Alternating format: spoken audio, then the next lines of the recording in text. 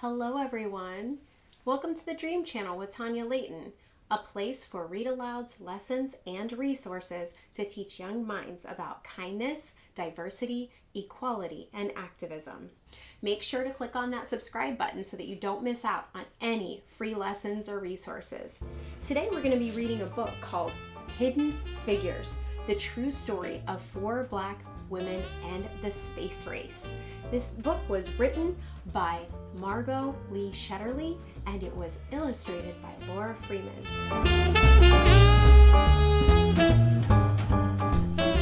Hidden Figures, the true story of 4 Black women and the space race. Written by Margot Lee Shetterly with Winifred Conkling, illustrated by Laura Freeman. Dorothy Vaughan, Mary Jackson, Katherine Johnson, and Christine Darden were good at math.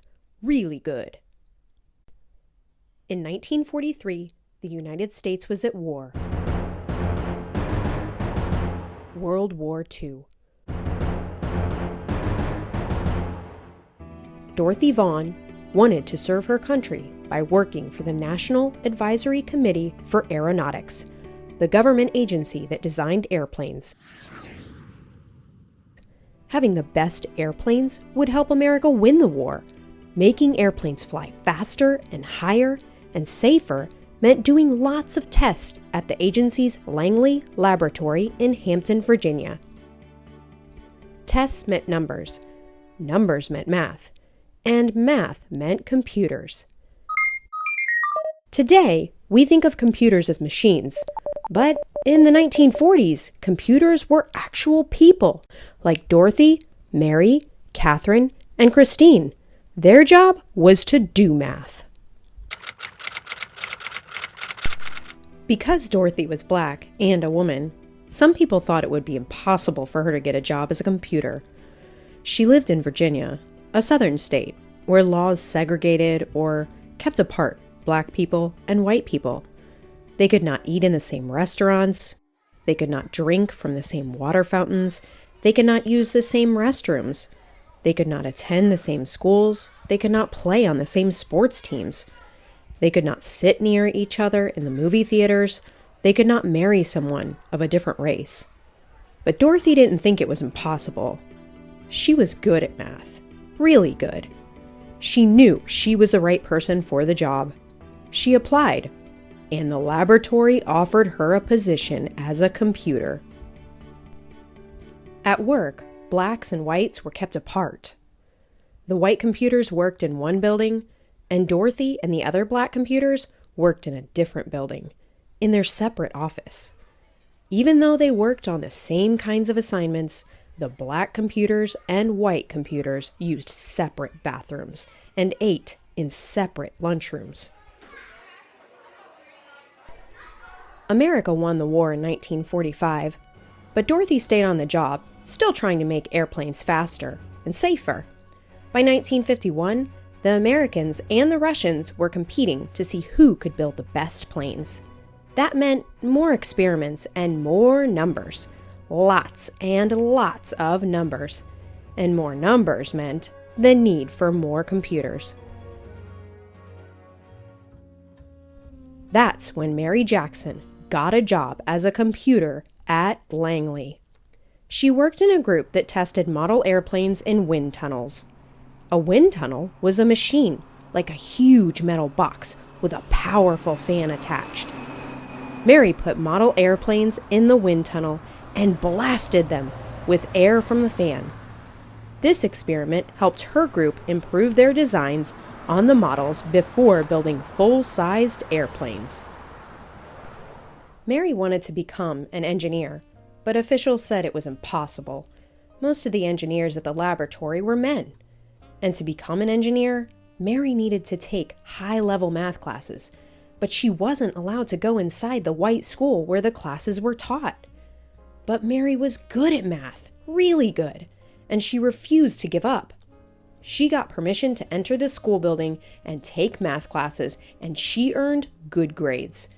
Because she didn't give up, Mary Jackson became the first African-American female engineer at the laboratory. Katherine Johnson was good at math and always asked lots of questions. In 1953, she applied to the laboratory for a computer job and was placed on a team that tested actual planes while they were flying in the air. Their future research was used to figure out ways to improve future plane crashes. In one of her first projects, she learned how to analyze turbulence, or dangerous gusts of air. No one knows how many lives her work may have helped save. Katherine wanted to help the group prepare its research reports, so she asked if she could go to meetings with other experts on her team. Her boss told her it was impossible. "Women aren't allowed to attend meetings," he said. But Katherine knew she was as good at math as anyone else, maybe better. So she asked him again, and again, and again. Katherine asked her boss so many times that he finally invited her to the meetings. Katherine was good at math, really good. And because she fought to be treated the same as the men, she became the first woman in her group to sign her name to one of the group's reports. In the 1950s, the Langley Laboratory bought a machine computer that could do math faster than any human computers. At first, these machines made mistakes. Dorothy learned how to program the machines so that they got the right answers. She taught the women in her group how to program the computers too. In 1957, Russia launched a satellite known as Sputnik into orbit around the Earth. The United States started building satellites to explore space too. For years, the laboratory had used math to design airplanes. Now, it would need math to create spaceships as well. The government decided to change the agency's name from the National Advisory Committee for Aeronautics to the National Aeronautics and Space Administration, NASA. In 1961, President John F. Kennedy told Congress, "I believe that this nation should commit itself to achieving the goal, before this decade is out, of landing a man on the moon and returning him safely to Earth." A man on the moon? But the first step to getting a man on the moon was to send an astronaut around the Earth. NASA was going to need to hire more space experts and more people who were good at math. Really good. The people at the laboratory had to work together from morning to night to figure out how to send astronaut John Glenn into space and bring him back home to Earth safely. Katherine Johnson knew she could use math to help. "Tell me where you want his spaceship to land, and I'll tell you where to launch it," Katherine told her boss. Katherine helped calculate the trajectories, or pathways, that rockets traveled through space. She had to plan Glenn's exact route, from takeoff in Florida to splashdown in the Atlantic Ocean. There was no room for error. No one was better than Katherine at solving these tricky math problems. Days before his mission, John Glenn wanted Katherine to double-check the machine computer's trajectory calculations to make sure it hadn't made any mistakes. When Katherine said the numbers were correct, Glenn was ready to go. On February 20th, 1962, Glenn blasted off into space, circled the Earth, and made his way home safely. Meanwhile, laws began to change so that black and white students could go to school together. Blacks fought for the right to sit beside whites on buses and to drink from the same water fountains.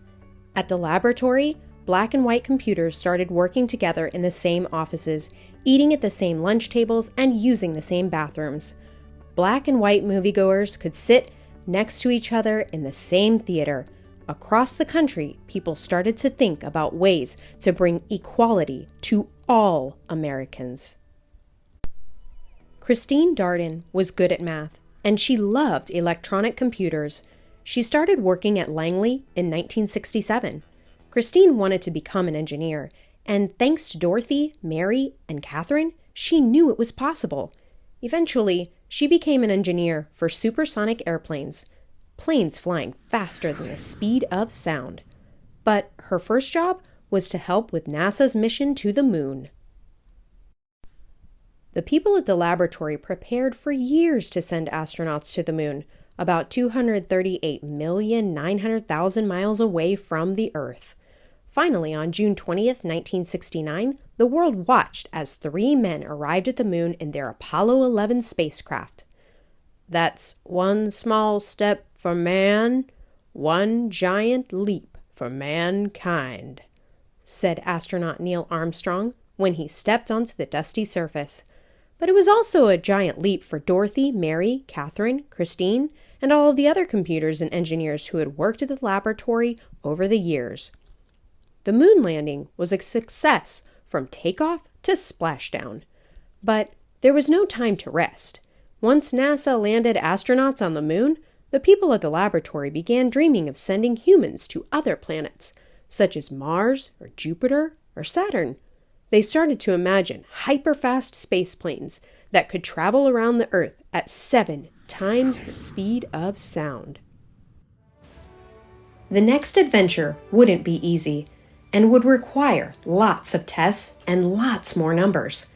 But Dorothy, Mary, Katherine, and Christine knew one thing. With hard work, perseverance, and a love of math, anything was possible. Well, friends, I hope you enjoyed that book just as much as I did. Educators and families, I've added some of my favorite free lesson plans and resources in the description box, as well as a link to purchase this book. If you have a dream for a brighter tomorrow, click on the subscription button. Let's step into the light together.